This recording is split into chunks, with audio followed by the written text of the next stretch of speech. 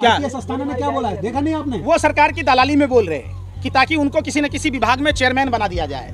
एक आईपीएस अधिकारी गोली मारने, कचरे के डब्बे में डालने जैसे अगर शब्द बोलता है, गैर संवैधानिक शब्दों का इस्तेमाल करता है, तो वो निश्चित तौर पर सरकार का दलाल है। अरे भाई सुनो, ये वही भाजपाई हैं जो बिल्किस बानो के गैंगरेपी को भी फूल मालाओं से स्वागत करते हैं, ढोल नगारे बजाते हैं। इनका बेटियों से कोई लेना देना नहीं है, ये सिर्फ और सिर्फ प्रोपगेंडा फैलाते हैं, इवेंट करते हैं। उनकी बेटी है, उनको कुछ हो नहीं रहा, आपको क्या दर्द हो रहा है इतना? और मोदी जी की भी तो छवि है, ब्रजभूषण की भी तो छवि है, उसको भी तो बर्बाद कर रहे थे। अच्छा, पूरा विश्व में उनकी छवि। निर्भया कांड में आप क्या कर रहे थे? जब दिल्ली की शीला दीक्षित सरकार और केंद्र की मनमोहन सरकार को आप बदनाम कर रहे थे, उस समय किसी की छवि याद नहीं आई?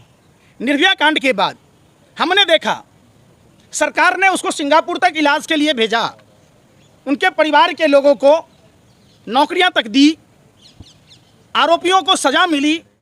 और ये भी सरकार हमने देखा, देश ने देखा, पूरा विश्व ने देखा, जहां आरोपियों पर कार्रवाई होनी थी वहां देश की बेटियों को जबरदस्ती सड़कों पर तिरंगा समेत घसीटा गया। ये सिर्फ देश की बेटियों का अपमान नहीं, ये देश के तिरंगे का अपमान। राजनीति कर रही थी वो लोग, वही दिन चुनी थी। निर्भया कांड में क्या कर रहे थे? 2014 से पहले जो आप कर रहे थे, क्या राजनीति नहीं था? अरे क्या खाते हो यार, गोबर को चमनप्राश समझ के खाते हो, फिर वही वाली बात। संसद दे रहे देश। अरे भाई सुन तो लो यार, धरना करिएगा क्यों नहीं? वो संसद भवन किसके लिए है? लोकतंत्र का मंदिर किसके लिए है? आप उस लोकतंत्र के मंदिर में राजतंत्र थोड़े ना चल रहा है, ये लोकतंत्र है। तो लोकतंत्र संविधान से चलता है, और संविधान आर्टिकल 79 एक महिला राष्ट्रपति को संसद में नहीं बुलाया जाना, उनसे उद्घाटन नहीं कराया जाना, यह आर्टिकल 79 और संविधान का उल्लंघन है, महिला का उल्लंघन है, देश के प्रथम नागरिक का अपमान है। आप बताओ ना, आप उस पर बात ही नहीं करते। दूसरी तरफ काला अध्याय लिखा गया सरकार के द्वारा, देश की बेटियों को घसीटा गया सड़कों पर बाल पकड़कर, जबरदस्ती तिरंगे समेत तिरंगा जमीन पर लौट रहा था। तो आप बताइए ना, आप उस पर बात ही नहीं करते।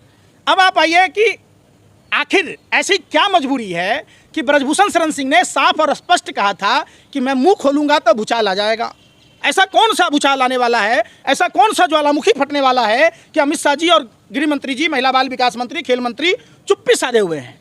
जो अनुराग ठाकुर दिल्ली चुनाव के समय बयान दिया था, वो आज बयान नहीं दे। आदमी पर कार्रवाई होने के बदले पूरे दिल्ली को सैन्य छावनी में तब्दील कर दिया गया था। पूरे दिल्ली में लोगों को घर से बाहर नहीं निकलने दिया गया, और यहाँ तक कि जो बाहर के प्रदेशों से देश की बेटियों को समर्थन करने आ रहे थे, तो माहौल खराब करने आप लोग आएंगे ग्रुप बना के। आपका रैली रामलीला मैदान में हो और दूसरा आए तो माहौल खराब हो जाएगा। अरे बेशर्मो, रुक जाते ना, फिर वही बात सुन लो। अरे सुन ही नहीं रहे आप, बेशर्म है आप लोग बकैती मत करो। सुनो, बकैती करने से अच्छा है। फिर वही बात, जवाब नहीं। आप उसको सुनो, उस दिन वो संसद पर महापंचायत करने वाले थे। संसद का उद्घाटन कितने बजे का था? और देश की महिलाओं ने तो 11 बजे, पहलवान बेटियों ने 11 बजे का कॉल किया था। तो क्या आपको पता है, पूर्ववर्ती सरकार में जब किसान नेता आंदोलन कर रहे थे तो बोट क्लब तक जाने की अनुमति थी, और यही भाजपा के नेता थे, तमाम उनके साथ होते थे, आरएसएस के लोग होते थे। अब जब अपनी पर पड़ी तो आपको बस वही वाली बात हो गई। अब क्या करिएगा? आप तो तंबू उखाड़ दिया गया जंतर मंतर। अब जाना मत जंतर मंतर की तरफ दोबारा भी। पापा ने चिट्ठी लिख के भेजा आपको। अरे भाई, पुलिस किसका? यही पुलिस अजय मिश्रा टेनी को गिरफ्तार क्यों नहीं करता, जिसके बेटे ने किसानों को रौंद दिया था, कुचल दिया था? क्यों नहीं ब्रजभूषण शरण सिंह को गिरफ्तार करता? यही पुलिस जब दिल्ली में पॉकेटमारी की समस्या पूरे दिल्ली में है, तो पॉकेटमारों को क्यों नहीं गिरफ्तार करती है? अरे भाई, अरे बेशर्मो, शर्म करो। तो पॉकेटमारी की घटना सही है? समझो, सवाल है कि देश की बेटियों को न्याय मिलना चाहिए, और जो लोग दोषी हैं, जिन लोगों ने देश की बेटियों का अपमान किया, तिरंगे का अपमान किया, उन सब पर कार्रवाई होनी चाहिए। तो बाबा बागेश्वर कोई कुछ नहीं बोल रहा सर इस मुद्दे पे? निश्चित तौर पर बाबा बागेश्वर को भी संज्ञान लेना चाहिए। हिंदू राष्ट्र की बात करे आप मेरा साथ दे, हम आपको हिंदू राष्ट्र देंगे। कैसे बनेगा हिंदू राष्ट्र? आप बताओ। आप बताइए, तिलकधारी आप है। अरे बेवकूफ आदमी। अरे अस्थाना ने बोला, अरे भाई सुनो, कार्रवाई होगी। क्या अस्थाना ने क्या बोला है, देखा नहीं आपने? वो सरकार की दलाली में बोल रहे हैं कि ताकि उनको किसी न किसी विभाग में चेयरमैन बना दिया जाए।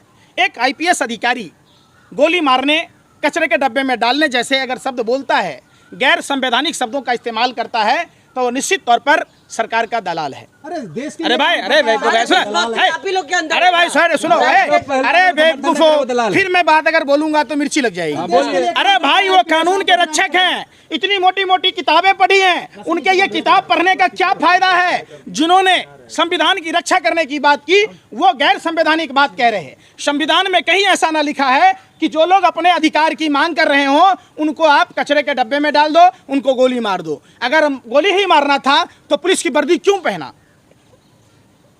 बताओ।